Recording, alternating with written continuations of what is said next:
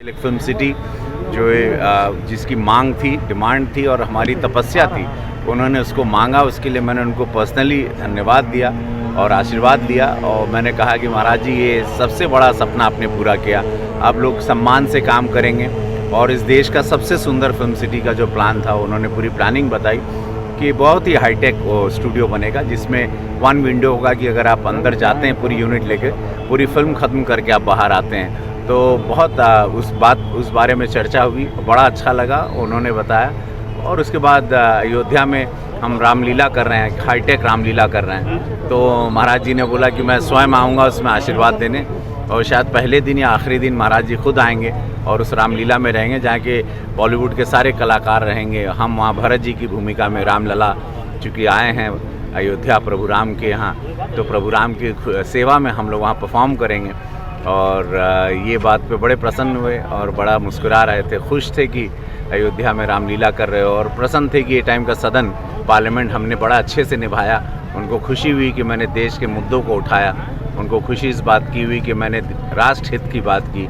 इस बात को लेकर बड़े प्रसन्न थे, चर्चा की कि पार्लियामेंट में और क्या क्या मूवमेंट हुआ, सब जानकारी ले रहे थे और बड़े प्रसन्न थे। फिर उन्होंने बताया किस तरह किसान बिल, जो एक इतना अच्छे से एक बिल प्रधानमंत्री, यशस्वी प्रधानमंत्री जी ने पारित किया है, इससे किसान भाइयों का भला होगा। चूँकि मैं खुद एक किसान हूँ, तो मैं जानता हूँ कि एक किसान को अब उसकी रकम डायरेक्ट उसको मिलेगी। अब बिचौलिया जो बीच में एक जो कमीशन खाते थे, जिनको दलाल कहा जाता है, उनको प्रधानमंत्री जी ने, हमारी देश की सरकार ने हटा दिया। तो किसान भाई, अभी कुछ लोग विरोधी दल यहाँ वहाँ जो भड़का रहे हैं, ये कर रहे हैं, और उनके कंधे पे रख के, जैसे प्रधानमंत्री ने कहा कि विरोधी बंदूक चला रहे हैं। किसान भाइयों को जब पता चलेगा इस बारे में कि किस तरह से, चूँकि अब ऑनलाइन भी है, जो किसान के बच्चे हैं वो लोग भी ऑनलाइन अभी कर रहे हैं, उनको भी पता है कि कौन से मंडी में बेचना, कहीं पे भी जाके मंडी बेचें, किसी एक के शिकंजे में नहीं रहेंगे, कोई एक ही व्यक्ति दाम किसानों का तय नहीं करे। तो ये बड़ी सारी गंभीर बातें हुई और बहुत अच्छा लगा कि किसान बिल पर भी महाराज जी ने कहा कि बहुत ही सुंदर यशस्वी प्रधानमंत्री जी की सोच है, और पार्लियामेंट की सारी मूवमेंट पे बताया कि किस तरह से सदन तुमने किया और किस तरह से उन्होंने भी देखा। मैंने बेटियों के लिए बोला, मैंने ड्रग्स के लिए बोला, उस पर उन्होंने मुझे बड़ा आशीर्वाद दिया कि राष्ट्र हित में, देश हित की तुमने बातें की रवि, बड़ा अच्छा लगा। रवि किशन जी, एक तरफ ड्रग्स को लेकर बॉलीवुड एक तरफ हो गया और कंगना और आप एक तरफ हो गए, तो एक खतरा भी आपको लग रहा है? आपने सुरक्षा की कुछ बात कही है उनसे? देखिए, जब मैंने ड्रग्स की बात की तो गोरक्षनाथ बाबा हैं सबसे ताकतवर, जिनको कहते हैं गोरक्षनाथ बाबा। मैं शिव का भक्त हूँ और ये शिव अवतारी हैं। इनके सामने, मंदिर के सामने मैं बोल रहा हूँ कि मैंने ज़रा भी नहीं सोचा था कि मेरा क्या होगा। मैंने ये नहीं सोचा था, मैंने यही सोचा था, उस वक्त मैं मंदिर के सामने खड़ा होकर बोल रहा हूँ, मैंने उस वक्त सिर्फ यही सोचा था कि मेरे देश के बच्चों का भविष्य क्या होगा। मेरे देश के बच्चों को खोखला करने की जो साजिश है पड़ोसी मुल्क की है, मेरे देश के या मेरे फिल्म इंडस्ट्री के बच्चे या मेरे जो साथी कलाकार हैं उनके बच्चे, हम वो सारे बच्चों का भविष्य सोच के, क्योंकि 65% बच्चे हैं हमारे देश में, और मैंने वो बात पार्लियामेंट में 0 आवर में उठाई। हमने ये नहीं सोचा था कि इसका अंजाम क्या होगा, मैं मारा जाऊंगा, मेरे दुश्मन हो जाएंगे, मुझे मार दिया जाएगा। इंटरनेशनल ड्रग माफिया है इसमें, पूरे वर्ल्ड में छाया हुआ है, कई हज़ार करोड़ का बिजनेस है।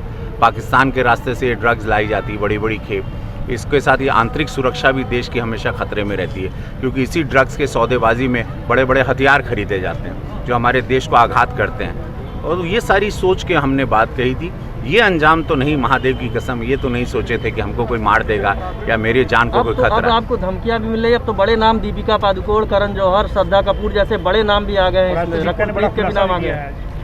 देखिए, मैंने काम था एक सांसद के रूप में, क्योंकि मुझे लगता है जनता, जब देवतुल जनता गोरखपुर की हमको चुनी है, तो ये कोई गूंगा बहरा सांसद चुनता नहीं। हर जनता चाहती है कि मेरा सांसद जाए और सदन में आवाज़ उठाए।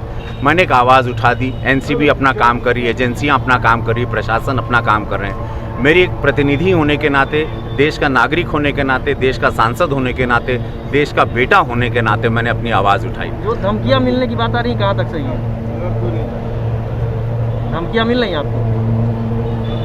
तो सही समय पे बताएंगे। क्या डर लग रहा है? अब रवि किशन डर रहे हैं क्या? हर हर महादेव, जगन्नाथ भोलेनाथ हुआ नाथ कैसे हुई, और जब भोला चाहिए दिन तो रात कैसे हुई। डर नहीं लग रहा आपको? अरे कह लीजिए, जगन्नाथ भोलेनाथ हुआ नाथ कैसे हुई, जब भोला चाहिए दिन तो रात कैसे। आगे भी इस मुद्दे को उठाए रहेंगे जब तक जिंदा हैं। मार दिया गया तो बात अलग है, उठाते रहेंगे।